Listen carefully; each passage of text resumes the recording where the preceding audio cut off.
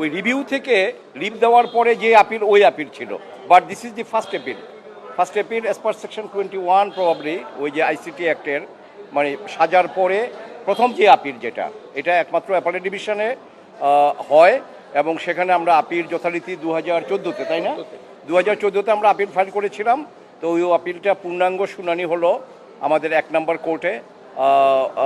The bench was presided and it was headed by Honorable Chief Justice. তো সেটা শুনানির শেষে আমাদের দুই পক্ষ থেকেই শুনলেন, প্রসিকিউশনকেও শুনলেন। তো শোনার পরে এটা আজকে জাজমেন্টের জন্য ছিল। তো আজকে 2 নম্বর আইটেম ছিল না, 2 নম্বর আইটেমে ছিল। তো 2 নম্বর আইটেমে জাজমেন্ট পরে শোনালো যে 2টা চার্জ ছিল তার। 1 নম্বর চার্জে ছিল ডেথ সেন্টেন্স, 33 জনকে ধরে নিয়ে তাদেরকে খুন করা।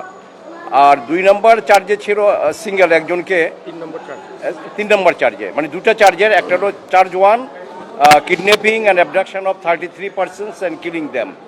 আর চার্জ নাম্বার 3 যেটা ওটাতে সেন্টেন্স ছিল ডেথ সেন্টেন্স। আর 3 নম্বর চার্জ যেটা ছিল এই 3 নম্বর চার্জে একজন নাম কি যেন আব্দুল খালেক আব্দুল খালেক তাকে মেরে ফেলার তাকে খুন করার জন্য সেই চার্জ ছিল। তো এই চার্জটাতে আপনার সেন্টেন্স ছিল লাইফ।